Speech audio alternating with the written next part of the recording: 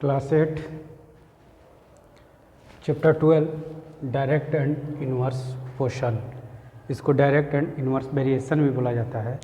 Variation, सबसे पहले ये चीज़ समझेंगे कि वेरिएशन क्या होता है। वेरिएशन का मतलब, वेरिएशन मीन्स परिवर्तन। वेरिएशन मीन्स परिवर्तन। वेरिएशन मीन्स परिवर्तन। Direct variation and inverse variation. सबसे पहले फर्स्ट जो एक्सरसाइज दिया है वो डायरेक्ट वेरिएशन पे डिपेंड है, इसीलिए डायरेक्ट वेरिएशन के बारे में चर्चाएं की जाएगी इस टॉपिक में। तो वेरिएशन मतलब परिवर्तन। वेरिएशन का मतलब समझ लें कि अगर वन बॉल, इधर बॉल इधर कॉस्ट, अगर one ball 5 rupees, 2 ball 10 rupees, 3 ball 15 rupees, अगर 4 बॉल बॉट करते हैं 20 रुपीज़ लग रहे हैं, तो इधर बॉल का भी वेरिएशन हो रहा है, बॉल भी बढ़ रहा है, क्वांटिटी बढ़ रही है। 1 से 2 हुआ, 2 से 3, 3 से 4। इधर कॉस्ट का भी वेरिएशन हो रहा है। एक बॉल का रेट 5 रुपीज़ है, 2 बॉल का रेट 10 रुपीज़ है, 3 बॉल का रेट 15 रुपीज़ है और 4 बॉल का रेट 20 रुपीज़ है। तो यहाँ पे क्वांटिटी, बॉल की क्वांटिटी और कॉस्ट दोनों का क्या हो रहा है, वेरिएशन हो रहा है। वेरिएशन मतलब जो बदलता रहे, जिसमें परिवर्तन होता रहे, वही होता है वेरिएशन। वेरिएशन, अब इसमें हम सबसे पहले टॉपिक पर चर्चा करेंगे जो इसमें फर्स्ट एक्सरसाइज में दिया है 12A में, जिस बेस पे होगा उसकी चर्चा की जाएगी। तो पहला बेस दिया है डायरेक्ट प्रोपोर्शन कह सकते हो या direct variation. Direct variation. Direct variation क्या होता है इसको देखते हैं। डायरेक्ट वेरिएशन में दो चीज़ें, अगर दो क्वांटिटी दी गई है A B, दो क्वांटिटी है, मान लो A एंड B, तो अगर A मोर हो रहा है दूसरा भी मोर होगा। अगर एक बढ़ रहा है तो दूसरा भी बढ़ेगा। If A B two quantity है, अगर फर्स्ट आर्टिकल या क्वांटिटी कह सकते हो, क्वालिटी मतलब फर्स्ट आर्टिकल कह सकते हो, फर्स्ट आर्टिकल अगर लेस हो रहा है तो दूसरा भी क्या होगा, लेस होगा। अगर पहली क्वांटिटी, इसमें डायरेक्ट वेरिएशन में दो चीज़ें होती हैं कि फर्स्ट अगर आर्टिकल मोर हो रहा है तो दूसरा भी मोर होगा। अगर पहला लेस हो रहा है तो दूसरी भी लेस होगी। मतलब एक क्वेश्चन से समझते हैं कि इफ डायरेक्ट वेरिएशन में अगर दो क्वांटिटी दी गई है, दो quantity A and B, A and B, तो A बाई B जो आएगा वो ऑलवेज K मतलब K इक्वल टू कांस्टेंट, हमेशा कांस्टेंट होनी चाहिए। कांस्टेंट होनी चाहिए। कांस्टेंट का मतलब कोई चेंज नहीं होगा। अगर A एंड B दो क्वांटिटी दी गई है डायरेक्ट वेरिएशन पढ़ा हम लोग, तो A एंड B दो अगर क्वांटिटी दी गई है तो जो वैल्यू निकल के आएगी वो हमेशा कांस्टेंट होगा। एक क्वेश्चन से इसको समझते हैं। अगर क्वेश्चंस दिया है कि X Y दो क्वांटिटी है, फर्स्ट 3 6, सेकेंड 5 10, 7 14, तो अगर इसका कांस्टेंट हम देखा जाए, अगर सबको अगर सॉल्व किया जाए कि A इंटू B, तो वैल्यू जो आएगी वो कांस्टेंट आनी चाहिए। वैल्यू कांस्टेंट आनी चाहिए, या कह सकते हैं कि अगर इसका और इसका फिर इसका अगर सॉल्व किया जाए तो वैल्यू सेम होनी चाहिए। या कह सकते हैं कि अगर इसको a by B, B1 B2, A2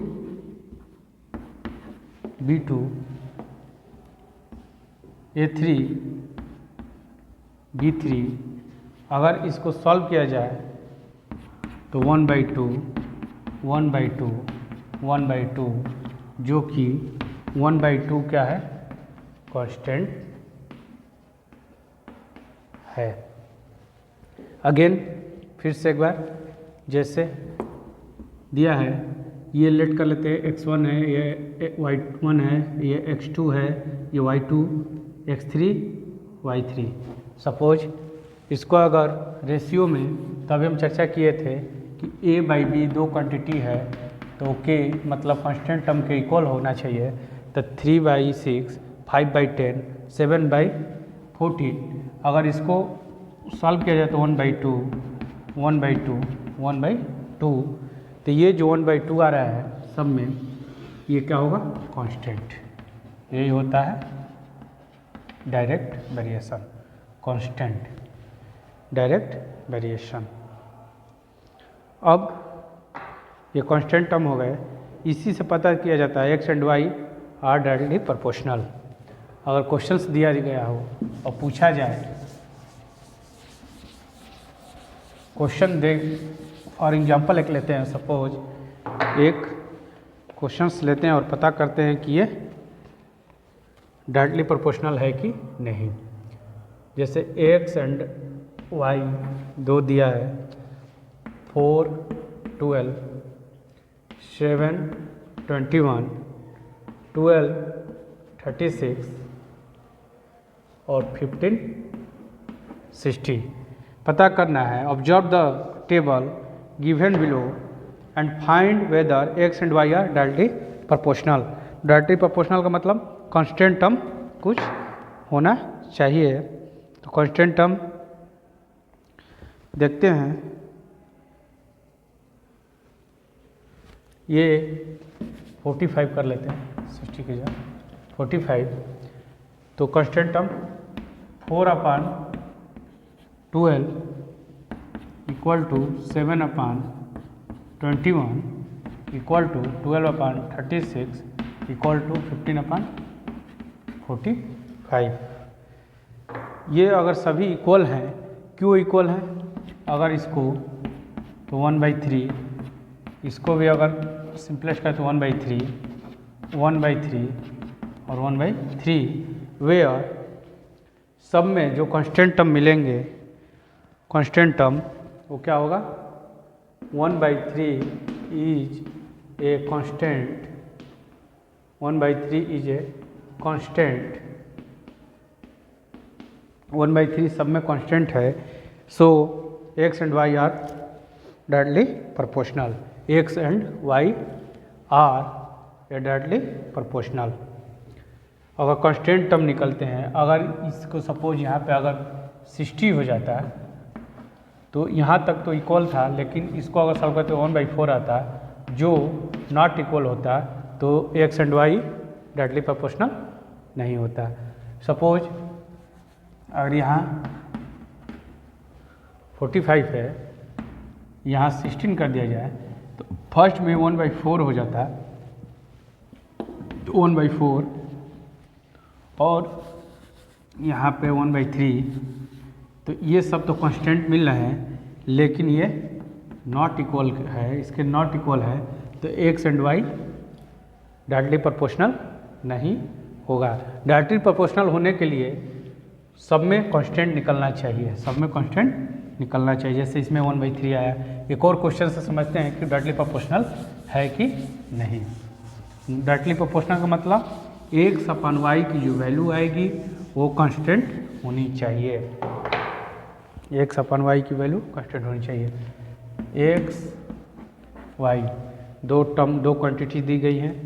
पहला दिया गया है 3 6, दूसरा दिया गया है 5 10, थर्ड 14 एंड 9, 18, 12, 24। सबसे पहले इसको क्लियरली इक्वल दिखाएंगे। 5/10 equal to 7/14 equal to 9/18 equal to 12/24। अब सभी इक्वल है कि नहीं तो इसका कांस्टेंट हम पता करते हैं। ये आएगा 1/2, ये भी होगा 1/2। इसको सॉल्व करेंगे तो 1/2 और इसको भी सॉल्व करेंगे तो 1/2। इसका सिंपल बनाएंगे तो 1/2। So 1/2 is a constant, is a constant. 1/2 constant term, constant मिल गया है तो इसीलिए hence x and y are directly proportional,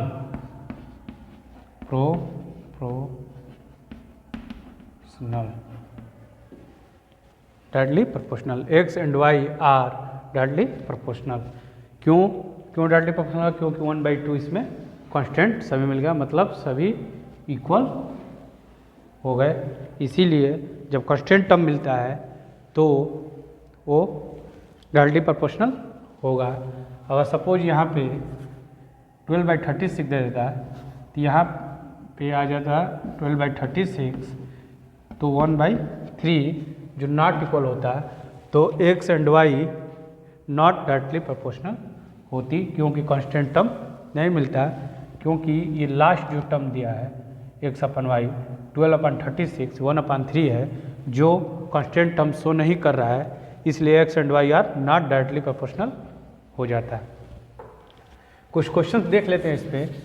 first exercise जो दिया है इसी बेस पे दिया है, तो कुछ क्वेश्चंस देखते हैं इस पर,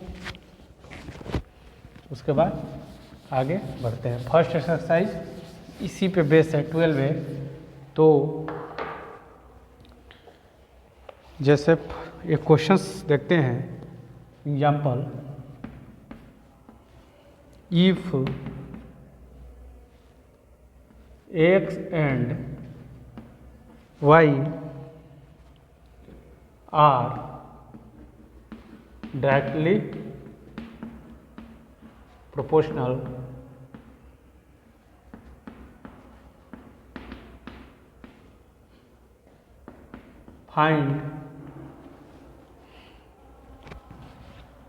find the values of x1, x2 and y1 in the table given below। Table दिया गया है नीचे, टेबल देखते हैं। टेबल में क्या दिया गया है? x, y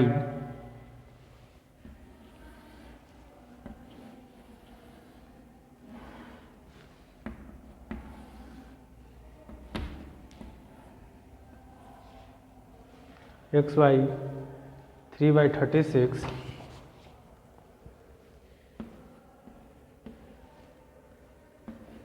ये x1 60, x2 96, 10 y1। ये क्वेश्चंस हैं जो दिया गया है, तो इसको सॉल्व कैसे किया जाएगा? फाइंड वैल्यू फाइंड करना है। क्वेश्चन कह रहा है कि x and y directly proportional है, x and y directly proportional है, तो ये सब इक्वल होंगे। The value of x1, x2 and y1 की वैल्यू फाइंड करनी है। तो सबसे पहले इसको सॉल्व करते हैं। 3/36 इक्वल टू, जब डायरेक्टली प्रोपोर्शनल दोनों इक्वल होंगे, x की वैल्यू फाइंड करने के लिए क्रॉस मल्टीप्लिकेशन करेंगे। 36 में x1 का, 60 में 3 का मल्टीप्लाई करेंगे तो आ जाएगा 36 into x1 equal to 3 into 60, तो x1 की जो वैल्यू आएगी 3 इंटू 60 136, 12 टाइम्स, 3 से 36 12 टाइम्स, ये 5, तो x1 इक्वल टू 5। x1 की जो वैल्यू आ गई वो 5 हो गई। अब वैल्यू फाइंड करनी है x2 की, तो x2 की वैल्यू फाइंड करनी है तो x1 by 60 equal to x2 upon 96। Directly proportional है तो दोनों फिर से इक्वल होंगे क्योंकि ये सब एक दूसरे के इक्वल हैं। तो x1 की वैल्यू आई है क्या 560 अपॉन x2 की वैल्यू फाइंड करनी है 96। तो जो वैल्यू आएगी,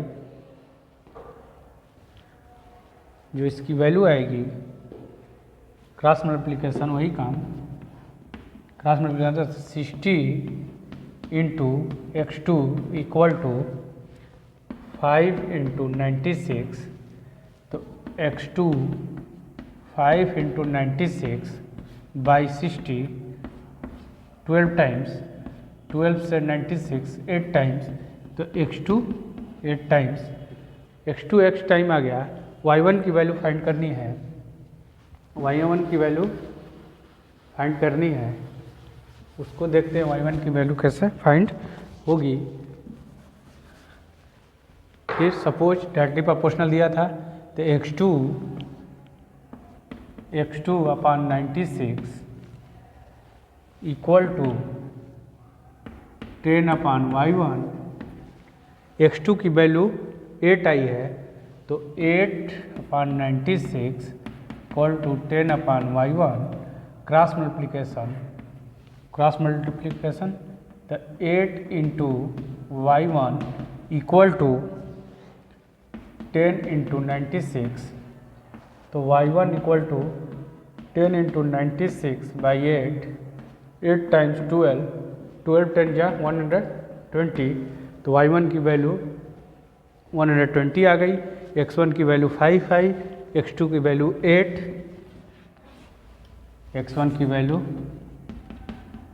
5 और y1 की जो वैल्यू निकल के आएगी y1 120।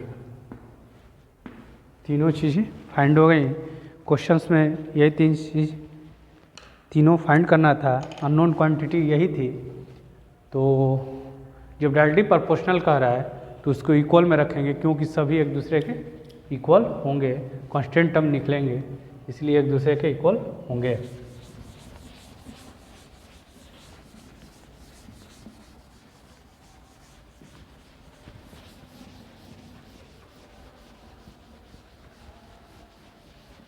एक और क्वेश्चंस देखते हैं फिर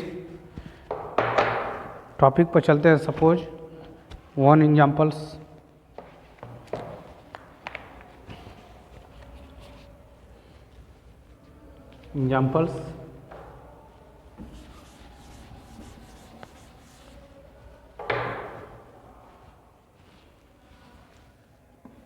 a car covers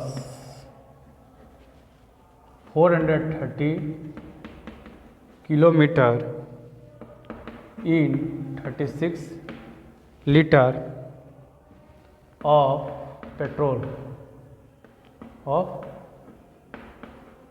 petrol. How much distance would it cover in 25 liter of petrol. Question यह है कि एक कार 432 किलोमीटर 36 लीटर में कवर कर रही है, तो 25 लीटर में वो कितना कवर करेगी। तो सॉल्व करते हैं इसको, फिर फाइंड करते हैं कितने में सॉल्व करेगी। तो लेट करेंगे, let the required distance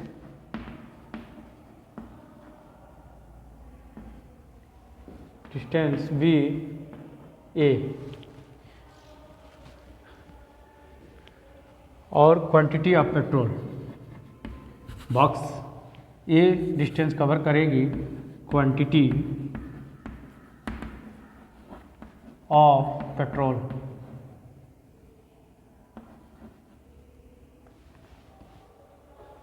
sorry थोड़ी सी यहाँ पे मिस्टेक हो गई, PETROL पेट्रोल, पेट्रोल की स्पेलिंग में थोड़ी सी मिस्टेक थी, सॉरी। और PETROL होता है, PETROL quantity of petrol and distance. दो बॉक्स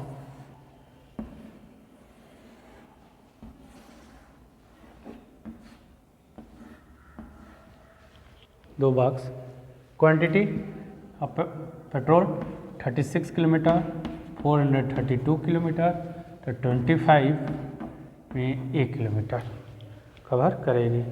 यहाँ पे एक चीज़ है, देख ही रहे हैं कि पेट्रोल की क्वांटिटी लेस हो रही है तो डिस्टेंस भी क्या होगा, लेस होगा। पेट्रोल की क्वांटिटी क्या हो रही है, लेस, तो डिस्टेंस भी, पेट्रोल की क्वांटिटी लेस हो रही है तो डिस्टेंस भी लेस होंगे। डायरेक्टली प्रोपोर्शनल का ही रूल होता है कि अगर एक क्वांटिटी लेस हो रही है तो दूसरी भी लेस होगी। तो इसको सॉल्व करने से पहले ये देखेंगे कि डायरेक्टली प्रोपोर्शनल है 36/432 इक्वल टू, यहाँ पे क्लियरिटी हो गई कि क्वांटिटी क्या हो रही है, लेस, तो डिस्टेंस भी लेस होगा। तो डायरेक्टली प्रोपोर्शनल 25/x, अभी सॉल्व किए थे, क्रॉस मल्टीप्लिकेशन करेंगे इसको, cross multiplication 36 into A, distance को ए माने थे, A equal to 25 into 432, A equal to 25 into 432/36।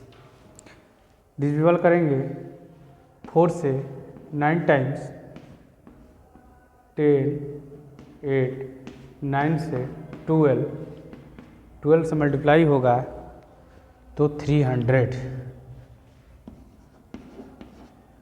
Quantity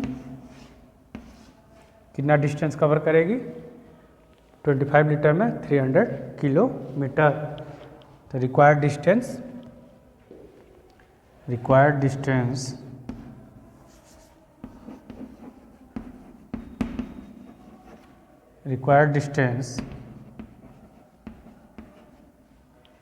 equal to 300 kilometre. एक और एग्जाम्पल देखते हैं, इसको सॉल्व करते हैं।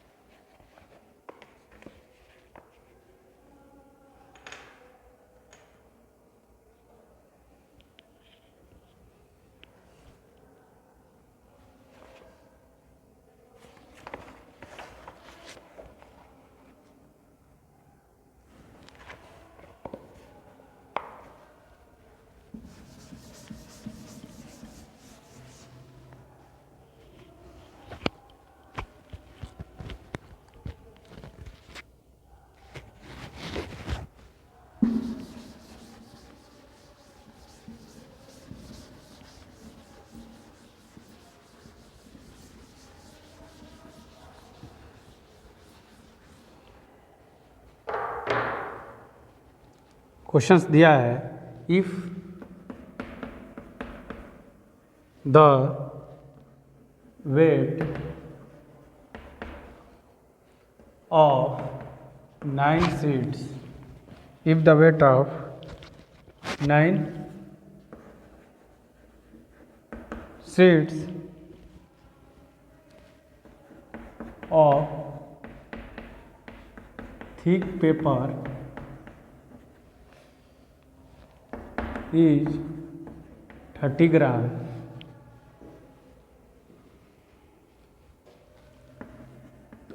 how many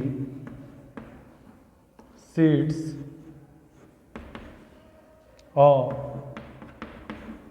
the same paper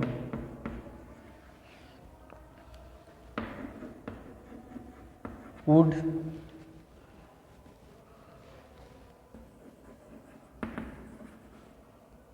weight 1/4 kg kilogram.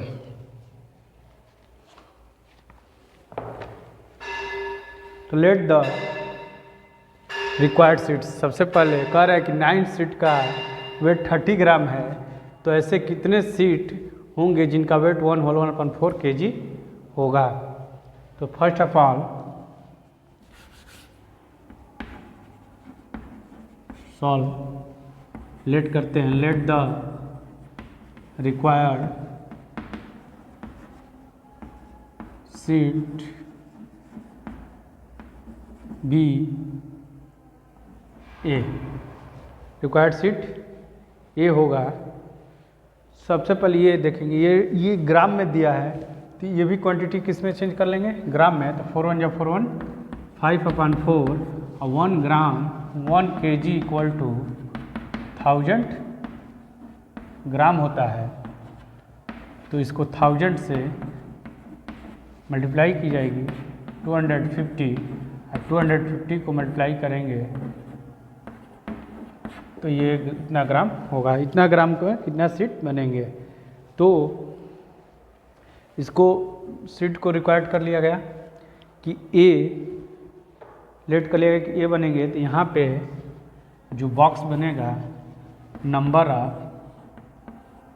Number of seat और weight of seat, weight of seat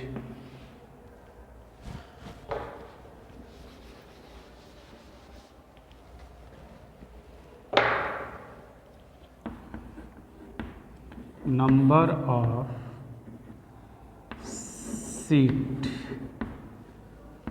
and weight of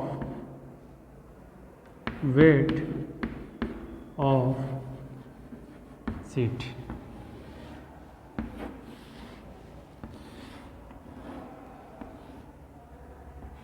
पहला हम लोग लेस पे किए थे, ये मोर पे होगा। देखते हैं 9 सीट 30 ग्राम, ए सीट ग्राम, ये मोर हो है। अगर 30 ग्राम से 1250 ग्राम हो गया, तो ये भी क्या होगा, मोर होना चाहिए। अगर पहला मोर हो रहा है तो दूसरा भी मोर होगा। इसको सॉल्व करते हैं तो 9/30 इक्वल टू ए और 1250, क्रॉस मल्टीप्लिकेशन।